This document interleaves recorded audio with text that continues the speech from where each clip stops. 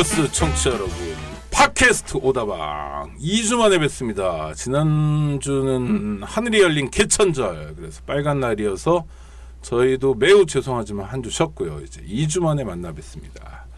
언제나처럼 격조 높은 방송을 보내드립니다. 오늘도 서혜성 작가는 못 오셨습니다. 아쉽습니다. 다음 주에는 꼭 오신다고 약속하셨습니다.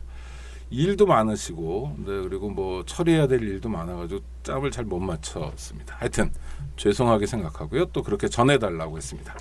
오늘 손님 모셨는데요. 굉장히 유명한 분이고 또 독특한 분이고 저 개인적으로도 매우 궁금한 분입니다. 제가 궁금하면 아마 청취자 여러분들도 궁금해하실 것 같은데요. 기대해 주십시오.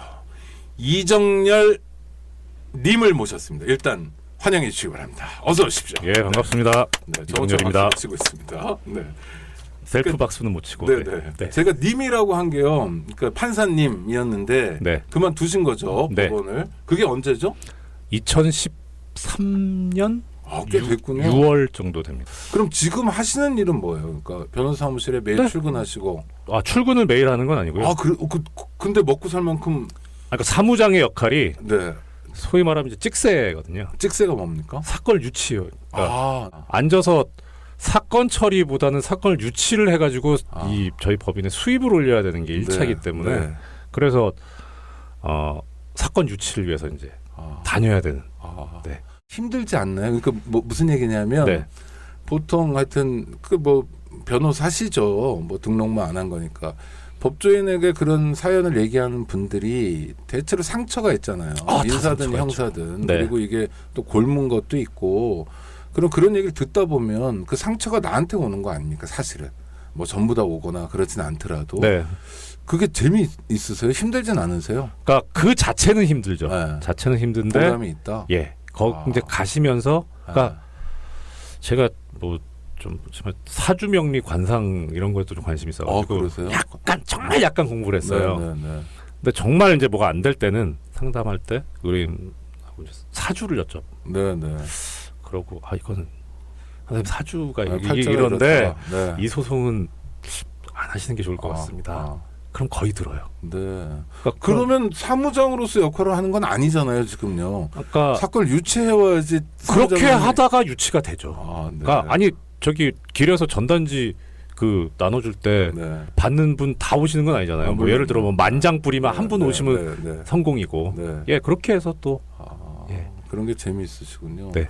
그래도 몸이 근질근질한 건 없어요. 그러니까 법정을 너무나 잘 아시잖아요. 이제 거기가 직장 일터였으니까. 네. 그래서 뭐 형사든 민사든 법정에서 뭐 좀 다투기도 하고 뭐 이런 거 더 잘하실 것 같다는 생각도 들고 그런 면에서 이정열 변호사님의 역할이 사회적으로 있는 거 아닌가 싶기도 하고 그런 능력이라 그럴까 뭐 스킬 이런 것에 있어서는 저보다 훌륭하신 분들이 훨씬 또 계신가요? 뭐 예를 들어서 저희 법무법인만 해도 이광철 변호사님 키 큰 분 저 키 크시죠. 그리고 이게 저번 방송에서 그랬으니 키 크다 안 크다로 나누시는 거예요. 아니 이광철 변호사님 하니까 딱 이미지가 키 큰 분. 그리고 저희 또 조동환 변호사님 지금 뭐라 그럴까 전투력이라 그럴까 여기서는 타의 추종을 불허하시는 분들이라 뭐 또 이제 본인들의 실력을 그런 기술을 얹어가지고 발휘하시는 분들도 있고 또 저 같은 경우에는 이렇게 좀 떨어져서 일단 좀 다지고 이렇게 많이 얘기를 듣고 하는 그런 거를 또 선호하고 하는 사람도 있고 한 달에 한두 번씩은 꼭 교도소에 가는데요. 네. 가면은 소재라고 이제 이렇게 교도소 내 심부름 같은 걸 하는 보직이 있는 수용자가 있어요. 뭐 밥 나눠주고 네네. 소재 편지 갖다 주고 주로 이제 사고 안 치고 문제 안 일으켜서 병역 거부자들이 많이 하죠. 그렇죠. 양심에 따른 병역 거부자들이. 근데 보면 20살 남짓 친구들이 이렇게 와 있는데 이게 이미 노무현 정권 때 해결됐어야 될 문제인데 무슨 이명박 정권 시절 다음 정권 때 한번 해결해 보자 이런 식으로 해가지고 안 됐잖아요. 하여튼 그렇죠. 그래서 2004년에 최초로 무죄 판결한 입장에서 보시면 그때 아니면 2005년쯤에 해결될 문제가 10년 넘게 끌어가지고 여태까지도 사실 뭐랄까요 무의미한 고통, 불필요한 고통을 계속 받고 있는 거 아닙니까? 네. 예전에는 그래도 오태양 씨나 이렇게 있어가지고 네. 좀 여호와의 증인 말고도 사회적으로 그렇죠. 조명이 좀 됐는데 네. 지금은 오로지 또 다시 옛날처럼 여호와의 증인만의 네. 문제로 좁아들었고 네. 사회적으로 논의도 잘 안 되고 한번 들여다봤던 문제니까 관심도 시들해지고 대응도 별로 없고 예. 이런 것에 대한 답답함이나 이게 몸이 근질근질한 이런 거 없나 이런 거 여쭤보는 거예요. 근질근질한 답답하긴 한데요. 예. 좀 어떻게 들으실지 모르겠습니다만은 거의 저도 이제 포기 단계. 아, 예. 그건 어떤 의미인가요? 그러니까 사실 2004년도에 제가 그 판결을 했을 때는 그 언론 쪽에서는 뭐 우리도 이런 거를 받아들일 때가 됐다 뭐 이런 식으로 나왔는데 예. 저는 다른 건 없었고 예. 딱 병역법 조항에 해석을 해보니까 좀 이상해요. 예. 그래서 법조문 자체가 좀 이상합니다. 네네. 그래서 그걸 이제 이런 조문이라면 이 지금 양심의 결정에 따른 그 병역 거부자는 무죄가 돼야 되는 거 아니냐 해서 이제 했던 거고, 그러니까 뭐 지금 뭐 분위기가 성숙했다거나 무르익었다거나 그런 건 전혀 몰랐어요. 몰랐고, 그런데 이제 최근에 소위 이제 그 메갈리아 사태를 네. 겪으면서 느꼈던 게, 그리고 최근에 또 이 양심적 병역 거부에 관해서 그 1심에서 각급 법원 몇 개 무죄 판결이 나오고 네, 있어요. 나왔죠. 예. 네. 그 댓글들이나 이런 반응들을 보면 네. 군대 문제, 아. 그다음에 여성에 관한 여성 인권에 관한 문제, 네. 우리나라 아직 멀었구나. 군대 갔다 오셨죠? 네, 그 장교? 네, 좀 법무관. 네. 어느 부대에서 근무하셨어요? 저는 특전사에 있었고 어우, 후반기에는 네. 창녕 11군단에 있었고요. 지금은 없었습니다. 특전사. 네. 전두환. 그 특전사. 예, 그렇죠. 저는 근데 구공수 네. 반란군이 될 뻔했던 12.12 때 하여튼 간에 공수부대. 예. 그 무서운 공수부대 출신이니까 야, 이거 좌파라고 얘기하기도 참 그렇고. 네. 제일 재밌었던 게 그거였어요. 저기 양심적 병역 거부 판결했을 때 네. 제일 처음에 나온 반응. 네. 저 판사 군대 안 갔다 왔을 거다. 아. 그러니까 저는 어떻게 받아들였냐면 네. 이 양심적 병역 거부도 양심의 자유 헌법상에, 네. 그 다음에 메갈리안 거기도 헌법상의 양성평등 네. 거기에 기초한다고 생각을 하거든요. 네, 네. 그런데 이제 양심적 병역 거부 같은 경우에는 이런 반응이죠. 그러니까 그러면 나라 누가 지키냐? 군대 갔다 온 나는 양심 없냐? 그렇죠. 네. 그 다음에 메갈리안 그 나왔을 때 여혐이라고 하니까 나는 여성을 좋아하는데 내가 왜 무슨 여성 혐오냐? 예, 이런 식의. 좋아해도 혐오할 수 있는데. 그렇죠. 네. 예, 그러니까 이제 처음에는 저도 여성 혐오라는 정확한 용어의 정확한 뜻을 몰라가지고 네. 난 여혐 아닌 것 같은데 했는데 막상 이제 좀 공부를 하고 들어가 보니까 이게 엄청난, 그러니까 가부장제 혜택을 받고 있었던, 그리고 여성 혐오로 정말 가득 찼던. 그러니까 하나하나 이렇게 따져 보니까 내가 여혐 종자였구나 싶었는데. 병역 거부 무죄 판결을 처음 했을 때, 네, 그때도 그런 반응들이 있었나요? 엄청났죠. 뭐라고 그래요? 일단 첫째는 군대 갔다 왔냐? 판사는? 그 얘기가 먼저 나왔었고요. 그런데 이제 뭐 특전사 출신이다 이렇게 해서 그건 넘어갔고. 네네. 그 다음에 그 얘기를 하셨어요? 내가 군대 갔다 왔다? 저기 연합뉴스 기자님이 물어보시더라고요. 군대 어디 갔다 왔냐고. 그래서 네. 그래갖고 근데 사실 냉정하게 이제 뭐 문재인 전 대표님처럼 정말 병으로, 네. 사병으로 특전사 다녀오신 분하고 급이 다르죠. 네네. 끌려가셨잖아요. 강제징집. 네, 강제징집으로. 네네. 네. 학생운동하다가. 네. 근데 저는 이제 물론 뭐 저희도 그 기초 공수교육이나 뭐 분기별 강화를 하긴 하지만, 네. 그래도 분기별 강화라는 건 분기에 한 번씩 위에서 떨어지기. 네, 묻고요. 낙하산 말고. 네. 네. 낙하산. 네. 네. 근데 몇 미터쯤에서 떨어지세요? 8만 피트랬나? 8천 피트랬나? 지금 가물가물하네요, 이제. 네. 네. 그래서 8만하고 8천은 엄청난 차이죠. 네. 네. 앞이 8이었던 것 같은데. 네. 얘부터 관심이 없으니까. 그러니까요. 시간이 오래돼서. 근데 다른 법무관에 비해서는 그래도 좀 고생은 한다고 하지만 일반적으로 이제 군에 가시는 병원 분들에 아니니까. 비해서는 네. 그래 편했죠. 저 같은 경우는 저도 이제 뭐 그런 주제로 무슨 토론을 하거나 네. 우리끼리 토론하는 건 괜찮은데 무슨 뭐 KBS 심야 토론 이런 데 나가잖아요. 예. 그러면 꼭 그런 걸 물어봐요. 상대방 패널이 물어볼 때도 있어요. 군대 갔다 왔냐고. 예. 그럼 전 대답 안 합니다. 아, 네. 아니 진짜로 왜냐하면 그 프레임이거든요. 예, 그렇죠. 군대 갔다 오면 얘기할 수 있고 군대 갔다 오지 않은 사람은 얘기할 수 없으면 예. 군인들에 대해서 군인 엄마들은 아무도 발언권이 없다는 건데 뭐 이런 식으로 하여튼 근데 지금 판사님 말씀하시는 것처럼 그럼 답답하고 질식할 것 같은 분위기가 예. 2004년에도 있었는데 네. 지금 진단하시는 건 네. 12년이나 지났는데 지금 더 강화됐다 이렇게 보시는 거예요? 거의 변함이 없죠. 예. 변함이 없다. 최소한 변함이 없다. 아, 좋아지진 않았다. 네, 건. 그렇습니다. 그래서 그러니까 반응이 아까 이제 조금 전에 국장님 말씀해 주셨던 대로 뭐 용어 자체의 문제인지는 모르겠습니다만 네. 그러면 군대 갔다 온 나는 양심이 없는 거냐부터 네. 해가지고 되게 거부감을 그 표시를 많이 하시더라고요. 네. 그러니까 정확한 어떤 그 이 문제에 있어서의 본질적인 부분이 뭐고 우리가 고민해야 되고 논의해야 되는 부분이 뭔지는 벌써 다 넘어가 버렸고. 근데 그게 일종의 감정의 영역에 남아 있기 때문에 그렇죠. 이성적으로 설명할 게 아니라 네. 그건 그야말로 뭐 우리가 예로 드는 게 뭐 프랑스에서 사형제 폐지 같은 거 네. 폐지하기 전에는 사형제 존치론이 높았으나 여론에서는 그렇죠. 폐지하고 난 다음에 그냥 상식이 돼버리고 네. 그것에 대해서 이제 누가 뭐라고 투덜대지도 않는 네. 이렇게 제도로 바꾸면서 하나하나 해결해 나갈 문제가 아닌가. 그렇죠. 네. 근데 그 제도를 만드는 사람도 인간이고 그 네, 맞아요. 또 제도가 바뀌려면 그 제도를 그렇게 바꾸려고 하는 사람들이 다수가 되어야 되기 때문에 네. 지금 다수파가 그렇게 지금 국장님 말씀해 주신 대로 감정에 휩싸여 있는 한 이거 참 요원하구나. 그 김대중 정부 때 여성부를 만들었는데 네. 지금도 그 찌질한 일부 남성들은 그것에 대해서 굉장히 시비 걸더라고요. 그렇죠. 남성부는 없는데 왜 여성부만 있냐. 네. 그리고 뭐 누구지 저 뭐 남성 인권 뭐 이런 얘기도 예, 그렇죠. 하고. 네. 그래서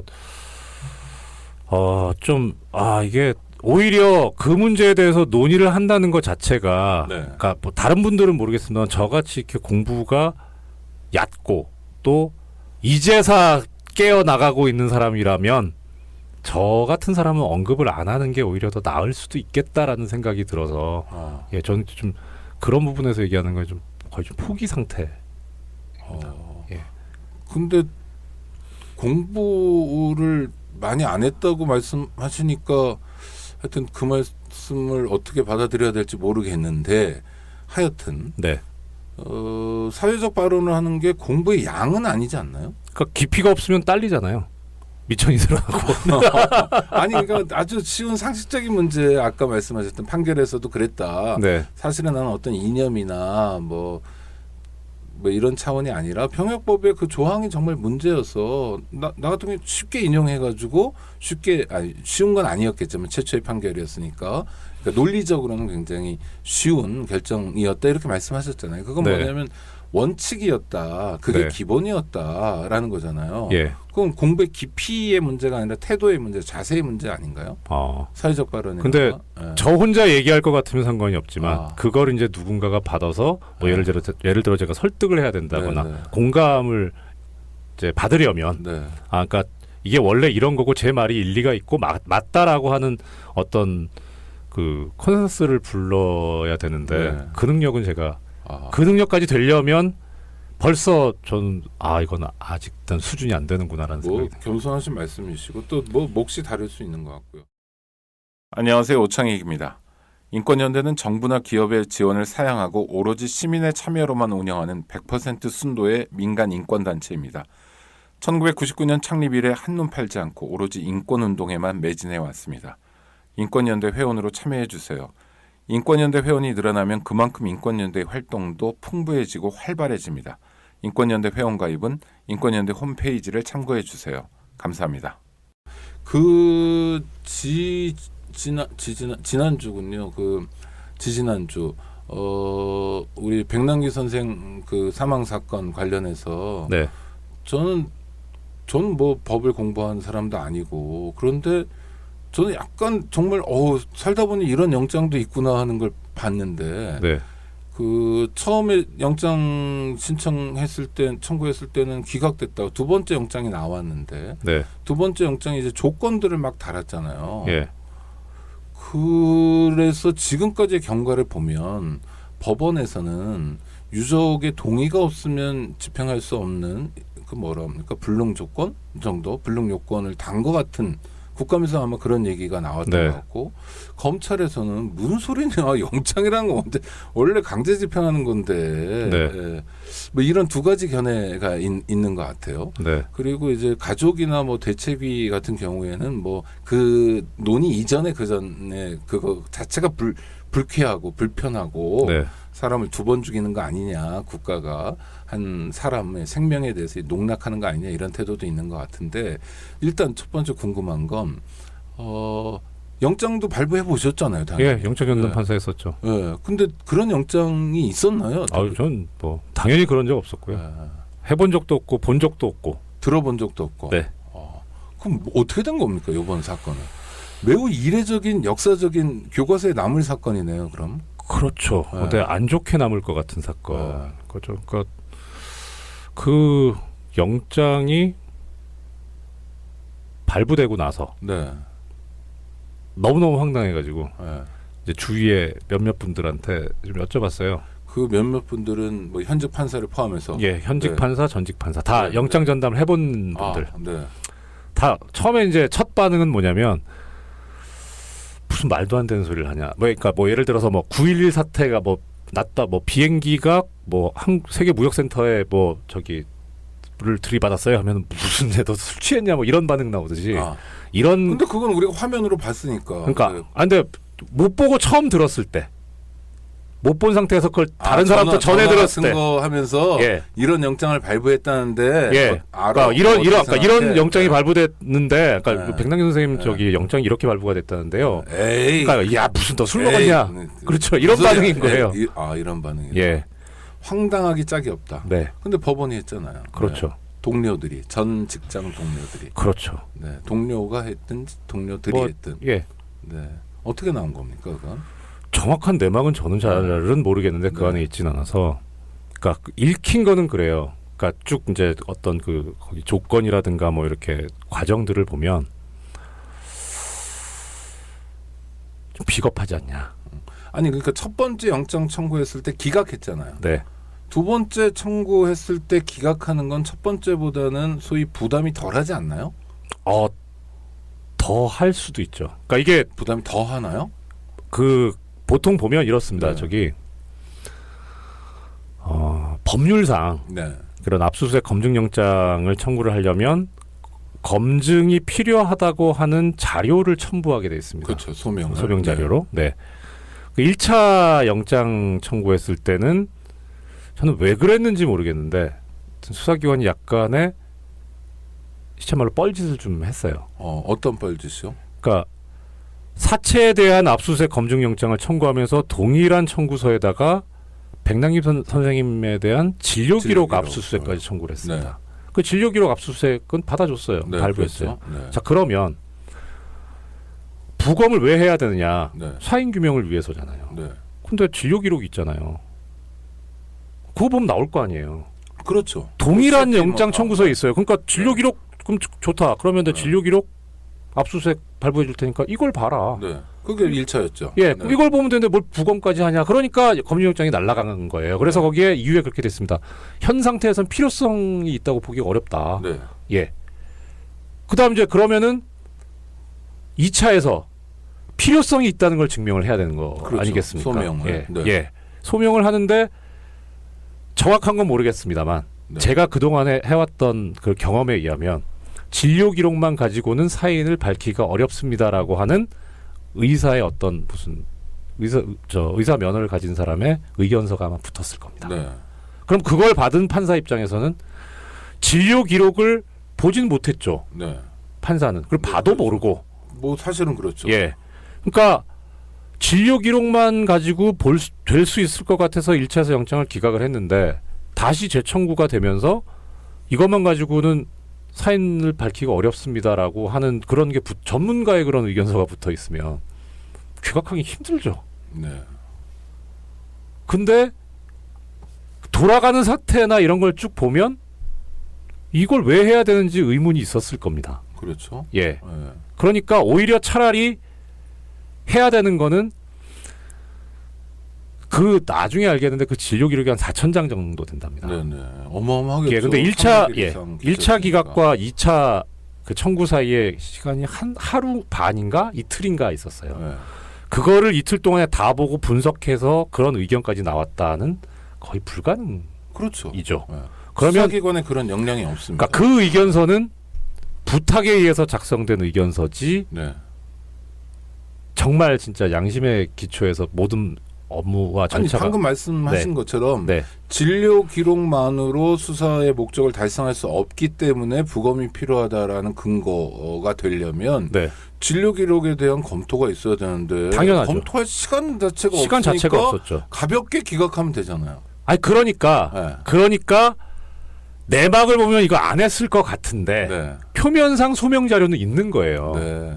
그러니까 그러니까 발부를 외형상으로 보면 해야 되는데 발부를 하자니 이거 제대로 안 보고 쓴 의견서 같은데라는 네. 의심이 드는 거예요. 네, 네. 그런데 그 의견서의 기재를 내용을 못 믿겠다. 정말 네. 봤냐? 네. 이렇게 하기에는 또 부담스러운 거고. 그래서 가운데를 탄 거 아닌가. 그러면 흔히 그냥 세간에서 의심하는 네. 법원이 이 수사기관이나 권력의 압박을 받았다. 이런 추정이나 의혹에 대해서는 조금 부인하시는 거예요. 저는 그렇진 않다고 생각합니다. 그렇진 않은 예. 것 같다. 그러면 구체적인 내용은 많이 알려지고 보도도 좀 됐는데 네. 자 원래 부검은 국가수에서 하잖아요. 국립과학수사연구소 저쪽 네. 저 어디입니까? 저 서남 쪽에 갑자기 동네 이름이 생각이 안 나네요. 화곡동. 네, 화곡동은 아닌 것 같아요. 이사 갔습니까? 아니, 옛날 화곡동이었어요. 아니 화곡동인가 동네 이름이? 예, 그쪽 강서 쪽이었어요. 그러니까 강서 쪽인데 화곡동인가 하여튼 화곡동 옆 동네. 모르겠습니다. 대략 하여튼. 대략. 네. 그런데 서울대병원에서 실시해야 한다. 이거는 이제 유족편을 좀 들어준 거고 이건 쟁점이 별로 없죠. 이걸 해석하는 건. 쟁점이 그 부분이죠. 유족의 뭐라고 되겠습니까? 희망입니까? 유족의 의사를 확인하고 장소는 예. 유족의 의사를 확인하고 유가족이 원하는 경우 서울대병원에서 실시하여야 한다. 그러니까 일단 유족의 의사를 그 주어가 아마 부검 장소는일 겁니다. 네, 장소는. 네. 장소에 관해서 의사를 확인하라는 거죠. 그렇죠. 부검을 할 거냐 말 거냐 자체에 대해서 의사를 확인하라는 건 아니잖아요. 네네네. 네. 일단 그러니까 이 부분은 예. 쟁점이 국과수에서 하냐 서울대병원에서 하냐 정도이기 때문에 네. 이거는 큰 논란은 없는 거죠. 문제는 그러니까 그거 자체를 해석하는 데는 그런데 네. 첫째는 부검 자체를 원하지 않는데 네. 그 지금 장소에 관해서 협의한다는 게 무슨 의미가 있겠습니까? 그다음 두 번째. 그러니까 그다음 거기서 법적인 문제가 뭐가 걸리냐면요. 검증, 그러니까 이제 부검이라고 하는 게 이제 법률상 검증의 일종인데 네. 검증할 때 압수수색을 같이 해서 발부를 하거든요. 네네. 압수를 했다는 건 뭐냐면 사체를 압수했다는 네. 거는 그 사체의 소유권은 원소유자한테 그대로 있지만 네, 잠시. 네. 예, 점유권을 이전해 오는 거죠. 그럼 영장을 발부를 했다면 점유권이 수사기관에 넘어갑니다. 사체. 네. 그럼 수사기관으로서 어디든지 들고 갈 수 있는 거죠. 그렇죠. 근데 유족의 뭐 의사를 확인해서 서울대병원에서 할 수 있으면 해라. 네. 압수영장이 효력이 없는 거잖아요. 스스로 부인하게 되는 거죠. 그렇죠. 네. 그럼 압수영장은 그 기각이 돼야 맞는 거죠. 그러니까 1번부터가 문제다. 예, 그러니까 그건 이제 사실 큰 논의의 의미는 없는데 네. 현실적으로 근데 따져본다면. 저희 법률가 입장에서 보면 야, 그럼 압수영장 발부해놓고 점유권을 안 준다는 게 이게 무슨이냐. 네. 그러니까 그래서 그 영장은 잘못된 거다라고 하는. 그럼 두 번째는요. 네. 참여는 유족 한두 명, 유족이 지명하는 의사 2명, 변호사 1명을 참여시켜야 한다. 네, 그 부분도 앞에 거랑 똑같습니다. 그러니까 부검 자체를 동의하지 않는데 예를 들면 이런 경우는 어때요?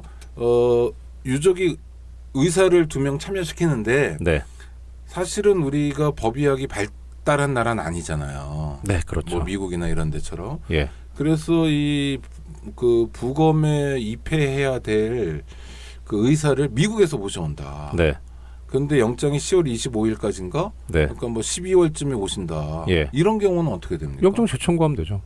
아니 그러니까 이 영장은 날아가는 거죠. 그 영장은 날아가는데 일단 거기까지 논의가 됐다면 네. 그러면은 유족이 부검에 동의하는 상태고 아. 다만 그 참여해야 되는 의사의 일정 때문에 그런 거니까 네. 그런 거에 관해서 유족하고 뭐 예를 들어서 합의서를 쓴다든가 해가지고 그걸 첨부해가지고 여기까지 됐으니까 영장 유효기간 더 그 연장할 수 있는 그런 영장 재청구를 하면 되죠. 그건 오히려 그렇게 되는 것 자체는 대한 문제가 없는 겁니다. 네, 예.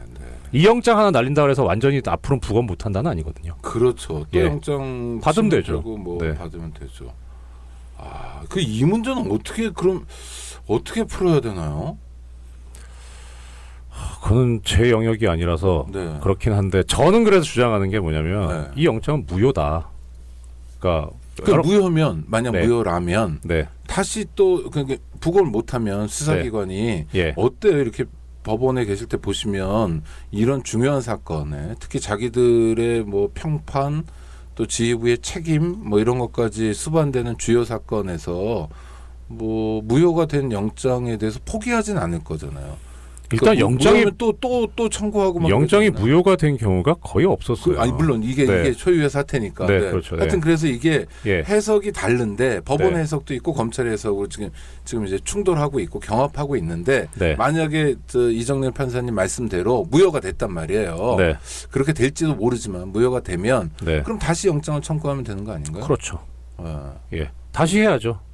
예. 그럼 또 영장이 나올 거 아닌가요? 모르죠. 그건 모르는데 일단 이게 무효기 때문에 그렇다면 그러니까 기냐 아니냐 둘 중에 하나로 정하라 이거죠. 네. 예. 그런데 이런 식의 사실 그거에 대해서는 영장이 이제 발부가 됐을 때 네. 이런 상황에서 무슨 영장을 발부를 하냐 네. 하는 그런 얘기는 할 수 있어도 법률적으로 문제다 이거는 네. 영장 자체가 그런 얘기는 없죠. 그렇죠. 예. 아니 그런데 저는 법원의 역할이라는 게 우리 네. 사회가 뭐 굉장히 4분 오열된 것 같은 느낌도 있잖아요. 그리고 진영 논리도 강하고 또 논리적인 설득 이런 게 별로 없는 사회이고 죽기 아니면 뭐 저쪽을 안 죽이면 내가 죽는다 이런 것도 되게 강하고 그런 것 같은데 그럼 법원이 해줘야 될 역할이 그런 면에서의 좋은 의미에서의 사회 통합이라든지 그렇죠. 갈등이나 분쟁을 최소화한다든지 조정한다든지 하는 네. 건데 지금 이 영장의 경우에는 법원이 오히려 기름을 끼얹은 것 같은 느낌이에요. 그게 제가 영장 발부되고 나서 그날 밤에 페이스북에 썼던. 예. 그러니까 아주 제 생각하고 그 같은 생각이셔가지고 제가 부담이 없는데요. 안 되는 거잖아요. 말씀하신 대로 법원이라는 데가 분쟁을 해결해야 되는 그러니까요. 거기 때문에 명확해야 되거든요. 네.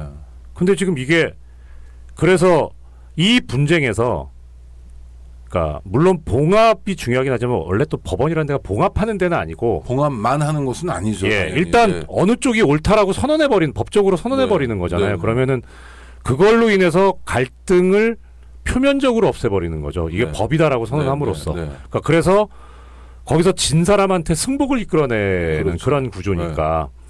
그러니까 여기서 부검을 하는 게 법적으로 옳다, 그르다 이렇게 해서 상대방의 승복을 끌어내게 해야 되는데 네. 이것도 아니고 저것도 아닌 상태인 거죠. 그러니까 말씀하신 대로 분쟁이 오히려 더 조장돼 버리는 거죠. 그런 측면에서 보면 어디에서 또 문제가 있냐면요. 그러니까 이 법적으로 이거는 해서 이렇게 해서 뭐 검증을 해가지고 사인을 밝히는 게 맞다 아니면 검증할 필요 없이 사인은 밝혀져 있다 이렇게 법원이 선언을 해줘야 되는데 거기에 유족을 개입시켜 버린 거예요. 네. 그래서 유족의 의사를 묻고 뭐 의사를 확인하고 하면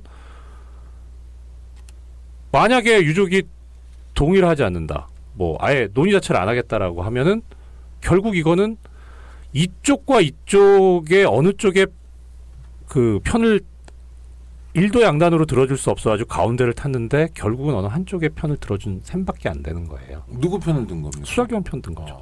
그렇죠. 영장에 나왔다는 면에서는 그렇죠. 그리고 그 다음에 또 하나의 뭐 이건 좀 사변적인 문제긴 한데 네. 이 영장이 유효냐 무효냐라는 것이 어디서 밝혀질 것인가? 이 절차 내에서 밝혀질 것이냐? 저는 그건 아니라고 생각하거든요.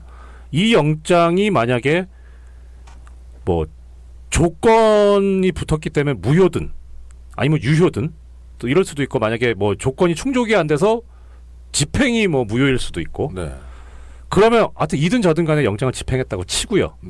10월 25일까지 요 영장 가지고 집행을 했다. 그럼 결과가 나올 거 아닙니까? 외력에 의한 사망이란 결과가 나올 수도 있고 아니면 외력에 의한 것도 있을 수도 있지만 중요한 사인은 뭐 원래 가지고 있던 기저질환이 있었다 이렇게 나올 수도 있을지도 모르죠. 모르죠. 근데 일단 큰 범주로 나누면 이렇게 두 개로 나눠질 텐데 만약에 외적인 그런 요인에 의해 사망한 거다라고 나왔을 때 원래 영장 자체가 무효였거나 네. 집행의 조건이 갖춰지지 않아서 집행이 무효라면 그렇게 해서 얻은 부검의 결과는 유죄의 증거로 사용할 수가 없겠죠. 위법하게 수집된 그렇죠. 증거니까. 네. 그러면 어떻든 만약에 뭐 조건을 다 지켜서 했으면 이건 이제 논의의 대상도 안 되고 네. 위법한 증거가 돼버렸어요. 됐는데 근데 그 결과가 보니까 외력에 의한 거다. 네. 그러면은 이 외력을 가한 사람들을 처벌을 해야 되는데 그 유죄의 증거가 될 수가 없는 거죠. 네. 또 부검을 해야 되나요? 부검할 필요는 둘째치고 하여튼 다른 증거 가지고 입증하기 전에는데 네. 그 다음에 외력에 의한 게 아니고 기저질환에 의한 거다라는 결론이 나왔으면 이건 처벌할 필요도 없는 거고 그렇죠. 그 다음에 이게 바로 실수사기관이 원하는 네. 결과 아니겠느냐. 네. 그러니까 외력에 의한 거란 결과가 나와도 수사기관에서 원하는 결과인 거고 공표할 필요가 없어요. 왜냐하면 이거는 위법하게 수집된 증거기 때문에 네. 어차피 법정에 제출이 안 되는 거니까. 네. 그 다음에 외력에 의한 게 아니고 기저질환에 의한 거라면 그럼 공표해도 상관없습니다. 왜냐하면 이건 유죄 증거 원래 자체가 아닌 거니까. 네. 예, 그 수사기관에 유리한 겁니다. 이든 저든 간에. 아이고. 그래서 저는 이거 절차 지켜서 검찰이 영장 집행한다. 저는 안 할 것 같아요. 네. 절차를 오히려 조건을 지키면 그게 유죄 증거가 될 수 있지 않습니까? 네. 네. 그럼 검찰한테 불리합니다. 네. 이 정권에 불리하죠. 네. 뭐하러 그렇게 하겠습니까? 네. 그러니까 검찰에서 이건 그냥 권고사항이고 우리 그냥 할 거다. 그래서 그 소리가 나오는 걸 겁니다. 유족한테 통보하고 예, 협의하는 게 아니라 그렇죠. 통보하고 그냥, 알았다. 그럼 우린 집행할 거다. 그렇죠. 그리고 물리력을 동원해서라도 예, 시신을 확보하고 집행할 가능성이 높다 이렇게 보시는 그렇죠. 거죠. 그리고 영장 발부됐을 때 처음에 딱 받았던 인상이 뭐냐면 수사기관에서 영장 청구했을 때 자기들한테 원하는 결과가 나오지 않았을 때 항상 나오는 반응이 이러면 우리가 수사 어떡하냐. 그렇죠. 이거 수사하지 말라는 소리 네. 아니냐. 뭐 재청구하겠다. 네. 뭐 강력 반발. 네. 그런 소리 하나도 없었습니다. 네. 수사기관이 자기들이 갖고 싶은 걸 가졌다는 거죠. 그러니까 머리를 썼는데 판사가 머리를 쓴 거는 같아요. 자기 발을 묶었군요. 자기 예. 발이든 국민의 발이든 법원의 발이든 누구 발이든. 네. 오히려 더 큰 재량권을 줘버린 거예요. 네. 차라리 그냥 네. 깨끗하게 발부해 버렸으면 네. 아니면 기각하는 아니, 뭔가. 그렇죠. 그러면 모르겠는데 오히려 더 큰 재량권을 줘버렸어요. 게다가 네. 더 심한 거는 이유는 잘 모르겠지만 추측하기로는 유족과 이제 뭐 논의도 좀 해야 되고 뭐 네. 이렇게 좀 뭐 정보도 공유하라는 그런 조항도 있었잖아요. 네. 조건이 그런 것 때문에 한 달 가까이 되는 네, 유기한 네. 영장 네. 끊어줬어요. 네. 이게 책상머리에 앉아 있는 사람은 그런 거 저런 거 하려면 시간이 이렇게 필요하겠다 생각이 들겠지만 네. 지금 사회 현실은 이런 식으로 해서 사인 조작할지 모른다. 네. 이런 의심도 하고 있고 그래서 지금 많은 시민들이 그리고 시를 지키고 있는데 장례도 못 치른 네. 유족이 한 달 동안 한 달 동안 상태로- 그러고 있으라는 거예요. 그러니까. 예, 그래서 네. 이게 도대체 생각이 있는 건가 없는 건가 싶은 거죠. 그러니까 네. 어떤 이런 이게 가능하면 충돌을 적게 하고 뭐 유족의 이런 의사를 존중하고 막 하는 그런 머리는 쓴 것 같은데 네. 이게 참 하나만 알고 둘은 모르는 거였네요. 예. 네. 요새 이제 그런 생각 많이 들어요. 그러니까 그래 그나마라도 이렇게 그러니까 내가 영장을 깨끗하게는 못 내주겠다라고 네. 해서 일종의 어느 정도의 저항을 한 거는 높이 살 수는 있을 것 같은데 그건 좀 인정할 수는 있을 것 네, 같아요. 네. 그러니까 그래 당신도 뭐 오죽했겠냐 네. 싶은데 그렇게 했을 때 나오는 결과물이 좀 좋아야 되는데 네, 네. 결과물이 오히려 더 아니 그 영장을 발부한 판사가 선의가 있을 수도 있겠다. 그럴 수도 네. 있을 겁니다. 아마 저는 그쪽에 그러니까 정확히는 모르는데 네, 모르죠. 사적인 친분은 없는데 그렇습니까? 아는 사람이에요. 네. 근데 정말 판사스러운 판사거든요. 그러니까 판사가 볼 때도 판사스러운 판사. 네. 그러니까 뭐 어떤 우리가 볼 때는 꽉 막힌 판사인데요. 그럼. 그게 판사스러운 네, 판사죠. 그러니까요. 네. 네. 근데 왜 이렇게 안 막히고 이렇게 여러 가지를 열어두셨나 이번에. 그러니까 나름 그러니까 그게 시초에 네. 애초에 진료 기록에 대한 압수수색 청구가 없었다면 네. 아마 발부했을 겁니다. 네, 네. 1차에서 발부됐을 겁니다. 네. 그러니까 그럼 이게 검찰이 굉장히 정교하게 움직인 거에 말린 건가요? 아니면 하다 보니까 이렇게 된 건가요? 하다 보니까 그렇게 된 그건 건 모르겠어요. 저도 하다 보니까 그렇죠. 그렇게 정교하지는 않아요. 검사들이 그러니까 경험해 보면 그렇지 않나요? 네. 나이브하게 생각해서 네. 그러니까 사실 검증 부검이라고 하는 게 뭐냐면 애시당초 사인 불명이기 때문에 원래 시작을 하거든요. 네. 그러니까 제가 조건부 영장을 발부해 본 적도 없지만 네. 검증 영장을 기각해 본 적도 없어요. 왜냐면 사인이 뭔지를 모르니까. 네. 그러니까 일반 부검해봐야 변사 사건에서 예, 부검해봐야 알 거 아닙니까. 네. 그런데 그 진료기록 압수수색 영장 청구서가 붙어버린 거예요. 네. 그러니까 이상한 거죠. 네. 그러니까 그걸 왜 붙였을까? 네. 저는 처음에 그래서 생각하기로는 그랬어요. 그러니까 그 수사기관 내에 온건파들이 있는데 있나요 그런 게? 있습니다. 아, 그것도 있습니다. 그래요? 네. 뭐 어떻게 보셨는지 모르겠는데 네. 엊그젠가 까지 방송하는 기준으로 네. 엊그젠가 그 경찰청장이 저기 백남기 선생님에 대해서 뭐 유감 배뜻을 표시하고 네네. 예, 그 애도를 애도 표했죠. 예. 그리고 뭐 의원들과 함께라면 조문도 갈 수 있다 뭐 이런 네, 표시했잖아요. 네. 전 청장에 비하면 엄청나게 달라진 거죠. 당연한 게 강신명 씨는 네. 지가 책임을 져야 되는 입장인데 이철성 씨는 자유롭잖아요. 자기 때 일이 아니에요. 그러니까 그 차이 아닐까요? 그러니까 그게 분리돼 가고 있다라고 저는 느껴지는 거예요. 하여튼 입장의 차이가 생길 수밖에 없는 조건이 있다. 예, 그러니까 네. 저렇게 착하다 이런 건 예, 아니고. 그게 아니고 예. 네. 그러니까 뭔가 쟤들하고 나하고는 좀 분리를 해야 되겠다라고 네, 하는. 네. 그러니까 저쪽 내부에서도 뭔가 이렇게 좀 분열이 일어나고 있는 거다. 네, 네. 그렇게 느껴지거든요. 네. 그러니까 그런 게 구분들이 있긴 있습니다. 네. 근데 그러니까 제가 영장 연담할 때 경험인데 고민이 되는 거예요. 이거를 이게 기각해야 될 것 같은데 막 고민하다가 결국은 기각을 했어요. 네.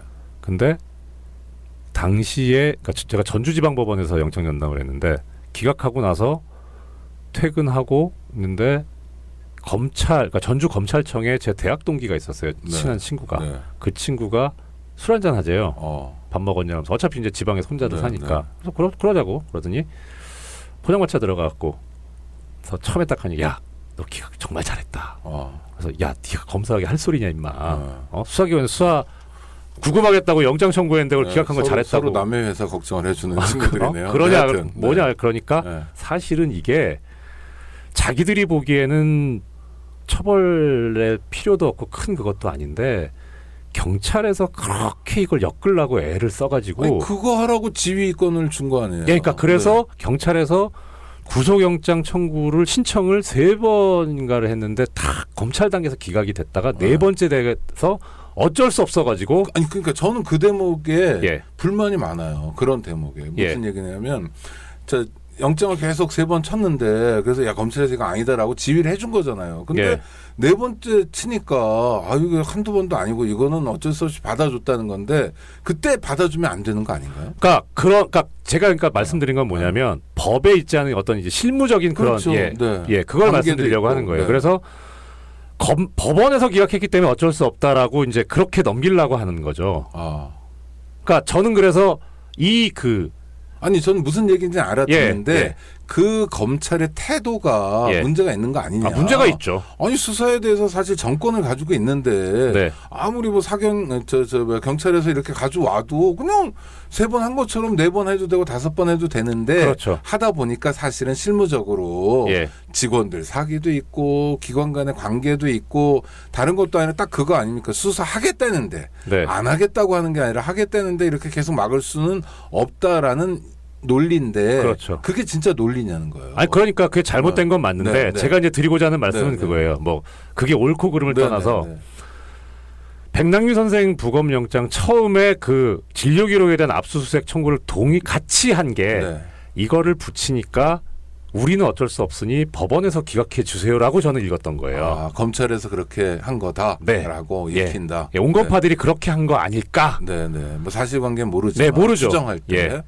네 가능성 있네요. 예. 그래서 검찰 입장에서는 원했던 대로 진료 기록 압수수색 영장은 나왔고 부검영장 기각이 된 거죠. 네. 근데 그 다음에 이제 이게 제가 이렇게 해석한 게 맞는 건지가 의문이 좀 들었던 게 좀 한참 있다가 다시 재청구가 돼야 되는데 하루 이틀 만에 바로 온 거예요. 네. 그러면 이제 그걸 보고 그 다음엔 아마 윗선에서 지시가 있지 않았나. 그쵸, 빨리 해라. 우병우 씨가 아직도 근무하고 있고 예. 꼭 그분 아니더라도. 네. 그러니까 온건파가 밀린 거 아니냐. 그렇게 이제 읽혀진 거죠. 백남기 선생 사건에 대해서 경찰과 검찰의 입장이 다를 수 있을 것 같긴 해요. 네. 조금 온도 차이 있을 것 같아요. 예. 경찰은 아 뜨거워라 뜨겁다 큰일 났다 이거 어떡하지라는 예. 거고 검찰은 뭐 남의 집 불이니까. 그렇죠. 박종철 고문치사 사건 처음 터졌을 때 그거 보도한 분이 일간지 기자 일보를 한 사람이 네. 이제 검찰 출입 기자였어요. 아. 신아무개라고. 예, 예, 그런데 그 얘기를 검찰청에서 들은 겁니다. 예. 검사들이 얘기하는데 야 경찰 쟤들 뭐 일 났대. 예, 뭐 이렇게 그렇죠. 네. 남의 집 일. 네. 그래서 뭔가 일인가 들어보니까 뭐 서울대생 중앙일보였을 겁니다 아마. 중앙일보인데 네, 굳이 제가 매체를 얘기 안 예. 하려고 그러는데 예. 네, 우리 친절한 예. 판사님 뭐. 농담입니다. 네, 신성현이라고 기자 네. 퇴직했어요. 그러니까 검찰하고 경찰의 온도 차는 좀 있을 것 같아요. 뭐 그럴 수 있을 것 같고 하여튼 근데 그거는 아주 디테일하게 본 거고 또 추정도 좀 있는데 결국 궁극적으로 이 사건은 어떻게 풀어야 되는 겁니까? 법률가로서 보기에. 법률가로서 사인에서 의문이 있으세요? 아니요. 없죠. 우리가 다 네. 봤잖아요. 네. 네. 그리고 그분이 47년생 작년에 이제 68 만으로 근데 농사 다 짓고 뭐 그냥 서울 올라와서 데모도 할 수 있을 정도로 건강했고 그다음에 저 차벽을 향해서 혼자 걸어가는 거 다 봤고 그렇죠?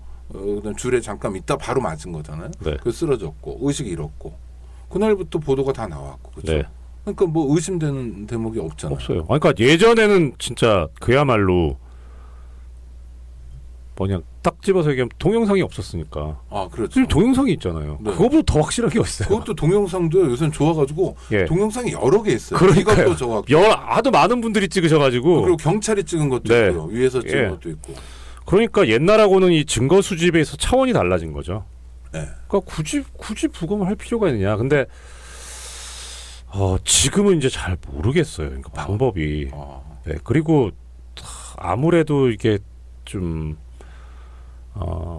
개입될 수밖에 없는 게 이게 정치적인 그렇죠. 예, 네. 그거를 배제할 수가 없으니까. 그러니까 그러면 그 사건의 경우에 네. 처벌을 할 수 있나요? 지금 증거는 명확한데 네. 경찰관을 저는 처벌해야 된다고 생각합니다. 네. 그럼 어느 선까지 어떻게 처벌을 할까요? 뭘 적용해서요? 일단 예. 사람이 죽었으니까 치사죄로 저는 살인 같다는 느낌. 살인으로요? 네.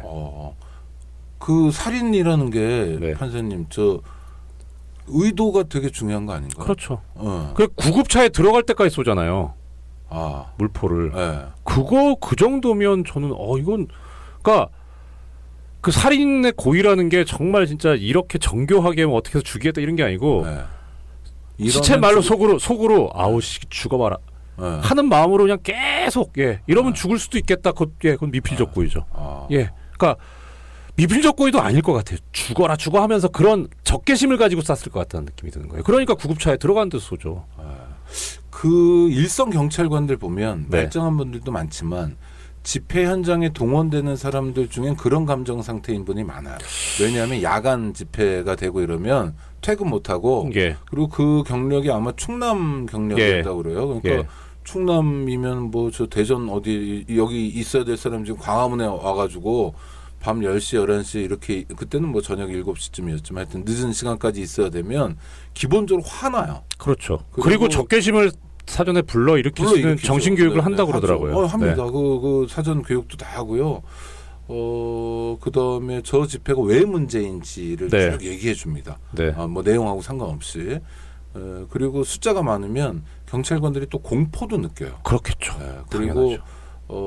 또 집회 현장에서 이제 시민들하고 만나면서 시민들이 뭐 좋은 얘기 안 하거든요. 그렇죠. 집회 현장에서 만나서 수고하시네요 이러지 않고 예. 욕을 하거나 이런 게 굉장히 상처도 받기도 하고 그래요. 그러니까 예. 저는 적개심이 굉장히 분노 게이지가 높아 있을 가능성 높다. 네.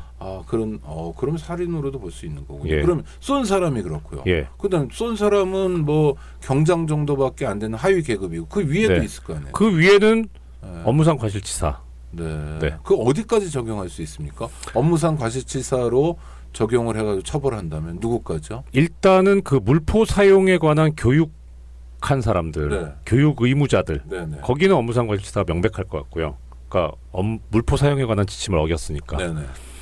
그 위에는 좀 뒤져보긴 해야 될 것 같아요. 그러니까 이를테면 강신명 경찰청장이 예. 이 사건에 대한 형사적인 책임을 물어야 될 사람인가요, 아닌가요? 저는 물어야 될 사람이라고 생각을 하는데 네. 입증이 쉽진 않을 것 같아요. 네. 그러니까 최소한 그러니까 만약 검사였다면 네. 강신명도 기소한다. 전 기소할 겁니다. 예. 법원에서 어떤 판결이 오든. 네. 그리고 최선을 다해서 그러니까 적어도 네. 야, 이 집회는 어떻게든 우리가 분쇄해야 돼. 네. 이런 정도의 말이라도 했으면 네. 예. 그러면 강력 대응 분쇄라는 말을 안 했겠죠, 경찰이. 네. 뭐 강력 대응 뭐 무슨 뭐 철저. 그러니까 내부적으로. 그렇죠. 내부적으로 그 사람들이 이런 표현 많이 써요. 확행 아세요? 확행? 법원에서 안 쓰고 경찰만 쓰는 말이 확실히 행한다. 그 확행 뭐 이런 네. 말 합니다. 예. 네. 집회 뭐 봉쇄 확행 뭐 네. 철저. 철저는 뭐 민간에서 쓰는 말이니까. 그런 말들을 많이 했으면 강신명 경찰청장도 업무상 과실치사로 얼마든지 처벌할 수 있는. 네. 저 같으면 할 것 같아요. 굉장히 중요한 사건이네요. 이거 엄청나게 중요한 사건이에요. 그러니까 그 경찰청장부터 물포를 쏜 일선 경찰관까지 지휘 라인은 다 처벌 대상이 되는. 저는 그렇죠. 이렇게 라인은 청장부터니까 다 처벌. 저는 청와대에도 있을 거라고 봅니다. 솔직히 경찰청장이 뭐가 있어가지고 자기 스스로 그렇게 하겠습니까? 지금 이렇게 대응하는 걸 보면 이거는 이게 결국 어떤 공범이 아니면 이렇게 대응 안 한다. 어떤 행정의 문제가 아니고 행정이나 법률의 문제가 아니고 정치적인 문제가 돼 있잖아요. 네. 그건 정치 권력이 개입돼 있다고 강하게 추측돼요. 그러네요. 예. 맞아요. 그렇지 않다면 이런 식으로 대응하지는 않을 거거든요. 뭐 상설 특검 같은 거 야삼당이 하자고 그러면 그럼 뭐 갈 수도 있는데. 그렇죠. 그러나 이게 단순히 경찰청만 관계된 사안은 아닐 가능성이 높기 네. 때문에 그렇군요. 네. 근데 이런 그 고품격의 이 그 고퀄을 자랑하는 방송에서 이렇게 추측을 막 얘기 되는지 모르겠네요. 그 속내 알 수 없잖아요.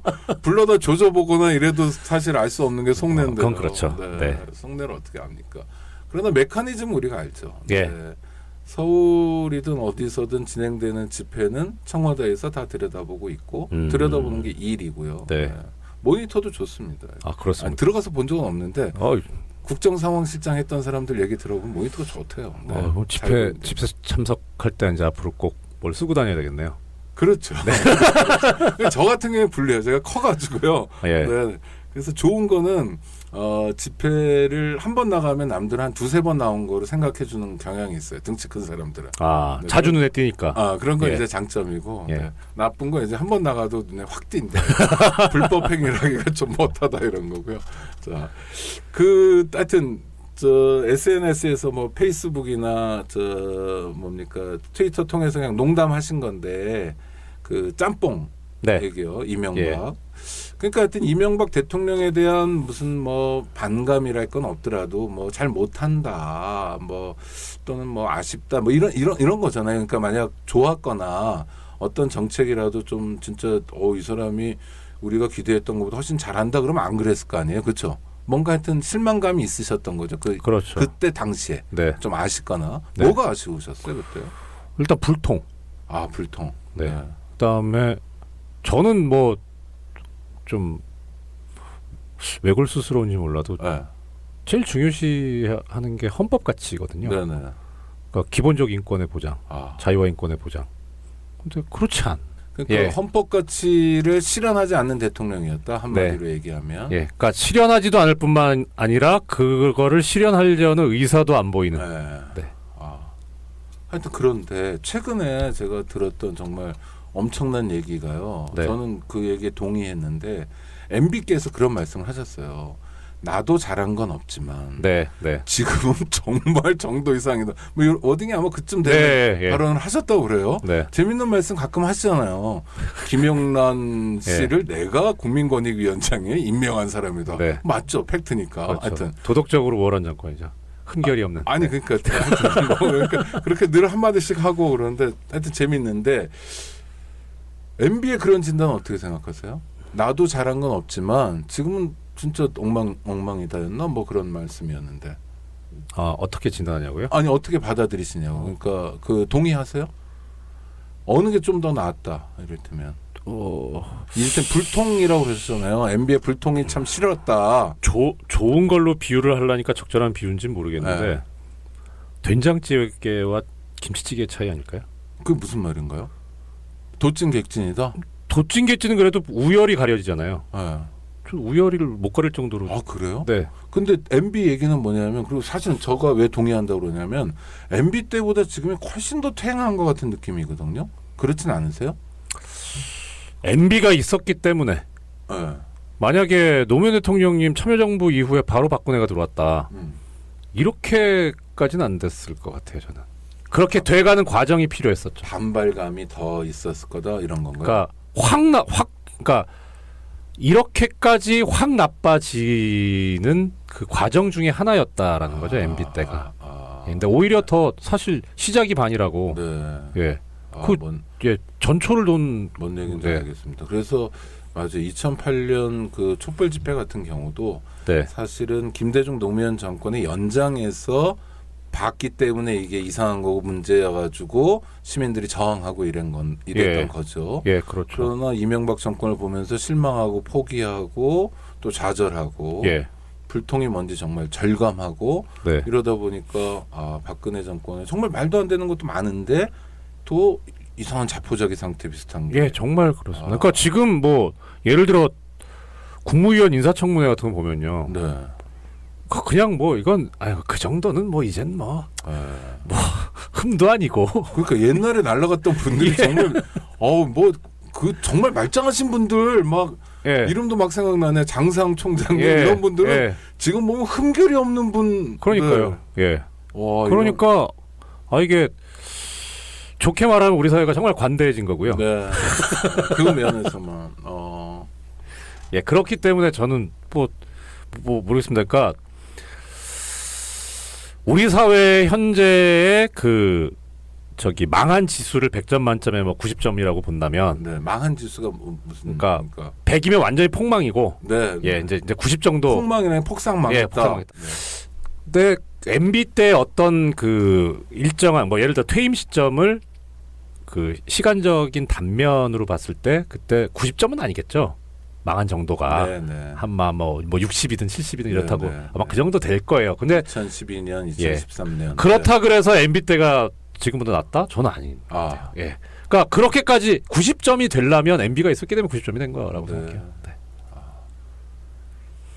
그렇군요. 똑같다.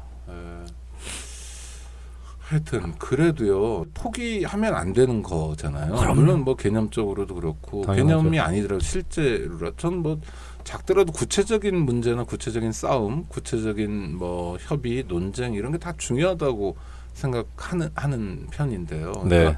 우리가 단박에 정권 교체를 해가지고 어마어마한 성과를 내는 것도 좋지만 네. 김대중 정부를 통해 정권 교체를 해봤지만 되게 많이 이 빈 구석과 부족한 구석이 있다는 걸 깨달았고 노무현 정부 때도 깨달았고 가지고 좀 어떻게 해보려다가 아무것도 아닌 뭐 이런 상태인 것 같은데요. 그렇죠. 그 여러 사람들이 이정열이란 분에 대한 기대가 있는 것 같아요. 제가 주변에서 들어보면 가까운 분들이어서 그랬나 하여튼 네 하여튼간에 네. 그런 건 안 가셔서 근데. 뭘요?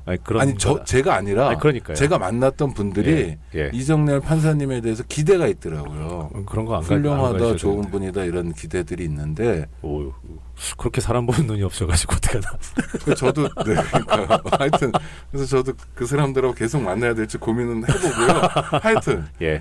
그 앞으로 어떻게 지내세요? 보통은 그런 것에 대해서 궁금해하는 게. 정권이 바뀌었다. 그러면 글쎄요, 뭐 하여튼 어떤 사람이 만약 정권 교체가 돼서 대통령이 되면 그래도 예전에 뭐 사개위니 뭐 이런 것들이 있었잖아요. 또 우리가 지금 뭐 법원이라는 게 완전히 세팅된 건 아닌 것 같고 부족한 기능도 있고 뭐 대법관의 숫자만이 아니라 여러 가지 뭐 하여튼 다뤄야 될 쟁점들이 더 있을 거 같고 개혁해야 될 것도 소위 산적해 있고. 법원만이 아니라 이게 검찰로 오거나 그러면 이건 뭐 정말 산더미처럼 쌓여 있고 네. 그러니까 그런 개혁 작업을 좀 해줘야 될 사람들이 필요한데 이런 사람들이 보통 보면요 이제 식구들끼리 이렇게 하는 경향들이 있어요. 그래서 네. 너무너무 잘 이해하고 고충을 그렇죠. 실무적인 고충을 네, 해봐서 하는데. 네, 그렇죠. 아니 그리고 그냥 형제같이 잘 지내더라고요. 네. 그래서 법조인인데 조금 뭐 시민적 관점에서 생각하는 법조인이랄까 뭐 이런 사람들이 필요할 것 같다는 생각이 들고, 그다음에 민변의 훌륭한 변호사님들 많이 계시지만, 그러니까 소위 제야 활동만 많이 하셨기 때문에 또 법원 내 메커니즘이랄까, 또 내부 논리도 있는 거고, 또 좋은 말은 아니죠, 가오도 있고, 하여튼 뭐 여러 가지 뭐. 그러니까 이정렬 판사 같은 분이 아주 최소화하면 이후 진행될 사법개혁이라든지 뭐 수사개혁이라든지 수사구조개혁이라든지 뭐 하여튼 여러 가지 법무개혁이라든지 이런 데서 역할도 있는 거 아니냐라고 생각할 수도 있고, 그게 아니라 더 다른 역할도 맡아야 되는 거 아니냐, 앞으로 진행될 개혁 작업에서 이정렬이란 분의 역할이 있는 거 아니냐라는 질문이에요. 생각해 본 적은 없어요. 네. 솔직히. 네. 그러니까 이유는 첫째는 뭐 저를 능력 있고 괜찮다고 평가해 주시는 건 감사한데 네. 제가 저 스스로를 생각할 때는 잘 모르겠어요. 하여튼 그건 그렇고요. 예. 그럼 앞으로 어떻게 지내실 거예요? 사무장 계속 평생 예, 하실 거예요? 평생이라고는 또 그것도 모르죠. 당분간. 예, 현재 지금 만족해요. 아, 그렇죠. 저는. 네. 그러니까 뭐 한 2, 3년 후에도 변호사 사무실 사무장으로 계시는 거예요? 뭐 평생이 될 수도 있죠. 아, 그래요? 예, 그러니까 중요한 거는 예. 해보니까 예.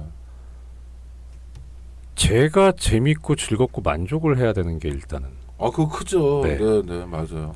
그러니까 조금 전에 말씀 주신 뭐 사법개혁도 좋은데요. 그 역할이나 그 업무를 하면서 제가 재밌어 하고 만족을 하고 한다면은 하겠죠. 네. 근데 지금 하여튼 적어도 지금 현업에서 저는 지금 만족하고 재밌어요. 저는 굉장히 중요한 그 답인 것 같아요. 그게. 예, 그래서 재밌고 만족하냐, 예, 신나냐. 네. 예, 신나는지는 모르겠는데요. 아, 재밌고 만족한다 하여튼. 네. 큰 돈이 되면 좀 신날 것 같은데. 아, 예, 네. 큰 돈, 원래 큰 돈이 되는 또 그런 직업도 아니고. 네.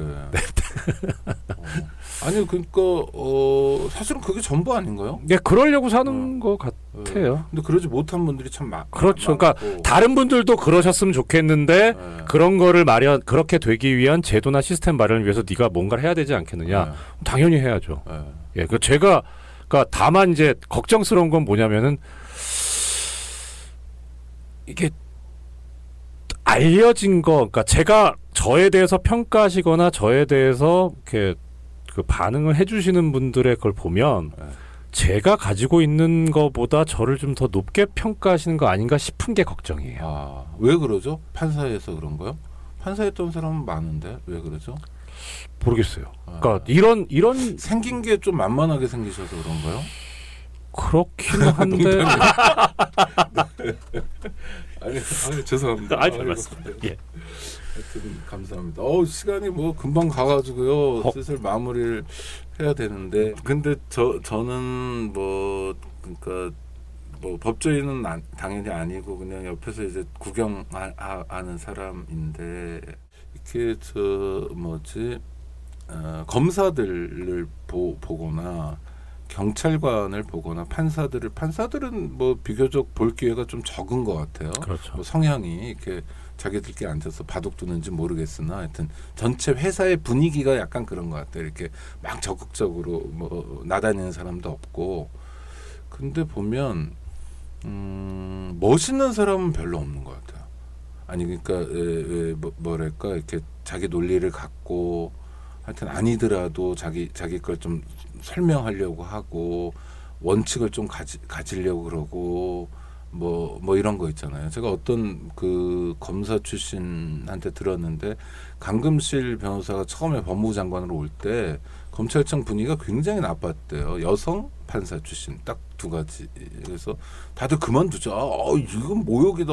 그런데 실제로 그만둔 건 자기밖에 없다고 주장하는 사람이 있는데 진짜인지는 모르겠어요. 그러면서 이제 하는 얘기가 뭐냐면, 그 다음부터 보니까 진짜로 장관 온 다음에 짤무시더라. 자기 선배들이 깍듯하고 뭐 어쩌고 이렇게 뭐 송강수인가요? 검찰총장하고 네. 약간 갈등은 있었지만 그래도 장관은 장관이더라. 뭐 이런 얘기인데 하여튼 그런 거 그 좀 엽기적이긴 하잖아요. 법원 출신이 왔다고 해서 여성이 왔다고 해서 난 같이 저 밑에서 일 못하겠다라고 말하는 건 엽기적인데 그럼 끝까지 일 못하거나 이런 모습 있잖아요. 그러면 엽기적이지만 멋있잖아요. 아, 멋 없나요? 네. 하여튼 그러니까 뭐 일관성 있잖아요. 예, 일관성 있죠. 네. 그러니까 한 사람이 되게 깡보수 꼴보수일 수도 있는데 꼴보수이지만 돈 문제는 철저하다든지 뭐 되게 그 뭐 하여튼 정말 헌법 아니면 뭐에는 정말 충실하다든지 이런 면에서 멋있는 거 있잖아요. 네, 무슨 말씀인지 알겠습니다. 별로 없는 것 같아요. 그러니까 제가 이게 눈썰미가 없어서 잘 못 알아본 건가요? 아니면 실제로 진짜 멋있는 사람이 별로 없는 건가요? 그건 또 잘 몰라요. 그러니까 검찰 사람들을 제가 접촉할 수 있었던 부분도 뭐 거의 국장님이랑 큰 대차 없습니다. 언론을 통해서 보는 것일 뿐이고. 아니 그리고 뭐 아까 전주에서 소주도 한잔 하고 뭐 이렇게 그거야 이제 제가 영장 전담을 하니까. 친구고. 예. 아니 근데 그러니까 저는 뭐냐면 다른 여러 직역이 있는데 네. 최소한 법은 규범이니까 규범을 공부하고 규범을 집행하는 사람들은 좀 그런 약간 보수적일 수 있지만 그런 멋 있잖아요. 네. 원칙대로 간다든지 품격. 예, 아니면 아니고 기면 기고 둘 중에 하나 답이 명확한 그렇죠. 이런 면에서의 일관성이나 말씀하신 품격이나 멋 같은 게 지금은 갈수록 좀 없는 것 같아요. 맞습니다. 그런데 또 법원도 그런 품격이나 멋이 점점 줄고 있죠. 법원도요. 네. 판사들도. 네. 79년에 천주교의 김재덕 주교란 분이 전주교구장이었는데 아, 돌아가셨어요. 네. 그 미사 때 강론이라고 설교를 했는데 내용이 뭐냐면 유신 정권이 불법 정권이어서 뭐 직무 정지 가처분 신청을 내야 된다 이런 말씀을 하셔서 네. 박정희 대통령이 화가 나가지고 구속을 시키려고 그랬는데 네. 그때 담당 긴급조치 위반이겠는데. 검사가 예. 체포를 안 한 거예요. 근데 중앙정보부 요원이 와서 그 검사한테 총을 들이대면서 죽을래라고 그랬대요. 네. 그 잘 안 알려진 얘기입니다. 그때 예. 그 검사가 얼마 전에 돌아가신 김창국 변호사시거든요. 아. 대한변협 회장도 네네네네. 하시고 네. 저 국가인권위 초대위원장도 하셨던 분. 네. 근데 그분은 그 말씀 안 하시고 그분의 다른 선배들 이런 분들한테 들었어요. 제가.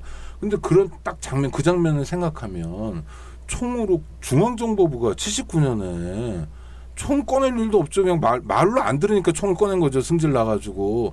그래도 그 앞에서 굴하지 않는 법조인 뭐 이런 게 있잖아요. 아니 이런 네. 대목들이 몇 군데 있어요. 네. 사법파동이나 뭐 이럴 때 보면. 네. 근데 요새는 그런 멋있는 게 이 백남기 선생 영장 압수수색 압수수색 검증 영장 발부 과정도 배려나 이렇게 좀 뭐 따뜻한 마음도 일부 있지만 제가 지금 말씀드린 멋 있잖아요. 기면 기고 아니면 아니고 이런 네. 것은 좀 벗어난 거잖아요. 왜 이렇게 됐죠? 우리 법조계가 기계랄까 이런 것도 좀 떨어지고. 첫째는 저쪽에서 오는 외력이 세면 셀수록 이쪽에서의 저항도 크죠. 아, 네. 당연히 그렇죠. 막 네네. 총을 들이댄다고 쏴봐. 이씨. 나중에 또 네가 나를 쏴서 죽였다고 치고 너는 그럼 어떻게 될 건데? 예, 그러니까 그런 구석도 있을 수 있고. 예, 그러니까 그렇게 뭐 정권의 탄압이라는 게 예전처럼 노골적이고 뭐 완전히 드러내놓고 폭력적이지 않다 이런 측면. 그렇죠. 근데 더 교묘해졌죠. 그렇죠. 예, 그러니까 뭐 예를 들어서 저를 예로 들면 일단 2004년 이후에 형사나 행정은 안 맡겨요. 아, 사고 칠까봐. 네. 그러니까 자기들이 이제 싫어하는 네. 그리고 일단 지방에서 이제 수도권으로 안 보내고 네. 뭐 이런 식 마지막 근무 어디서 하셨죠? 창원이요. 아, 창원. 네. 그 서울에서 머네요. 예, 네. 제일 멀죠. 네.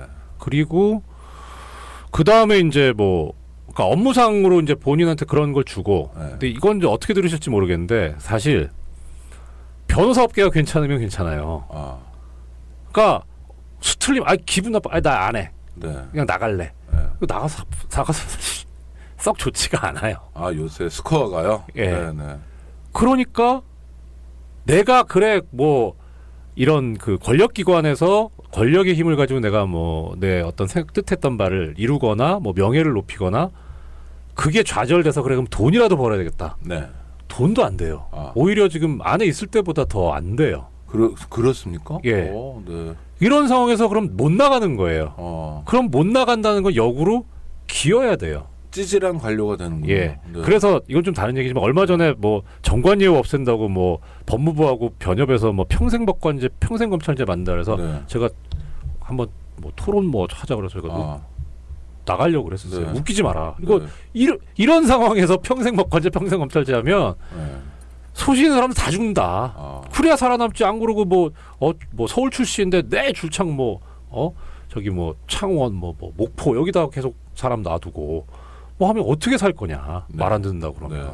그러니까 그런 식으로 합니다. 그러니까 그리고 뭐 저도 그렇지만 그 외에 저기 원세훈 전 국정원장 1심 판결 났을 때 이거 지록이마의 판결이라고 네. 했던 성남지원의 김동진 부장판사라고 네, 했습니다. 네. 그거 징계했거든요.